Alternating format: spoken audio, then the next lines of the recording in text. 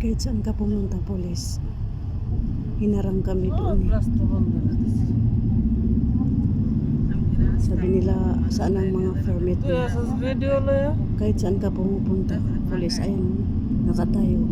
Ayan, watak-watak talaga sila. Pero itong mga pulis na uniform niya is itim, mababait. Pero yung mga brown, kaya nilang hatakin yung babae. Yung pumasok sa bahay namin. Pinasok talaga yung bahay namin. Tapos inisa-isa yung mga kwarto. Pati yung mga CR binuksan. Sabi nila, saan ang mga tasrin? Hindi ko kasi in-upload yung video na nung pinasok kami ng mga pulis. Kasi sabi ko baka ma-restrict yung ano ko. So, yung mga iba, ang nakuha lang nila sa amin yung apat na nag-exit na walang expired na yung ikama niya. Tapos wala silang permit kasi wala namang ikama, expired na. So, dinala sila, tinapon sila sa Jeddah. Nandun sila sa Jeddah. Pero hindi naman siya pinabayaan ng company namin. Kinuha sila agad, tapos dinala doon sa accommodation ng company namin doon sa Jeddah. So babalik sila dito mga pagkatapos ng Hajj. Ngayon nandoon pa rin sila, hindi pa rin sila makakabalik dito. Ganito yung sitwasyon dito sa Makkah.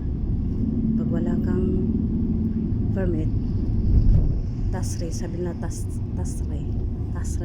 tasre ba yung permit? No Hajj without permit. Nakalagay doon.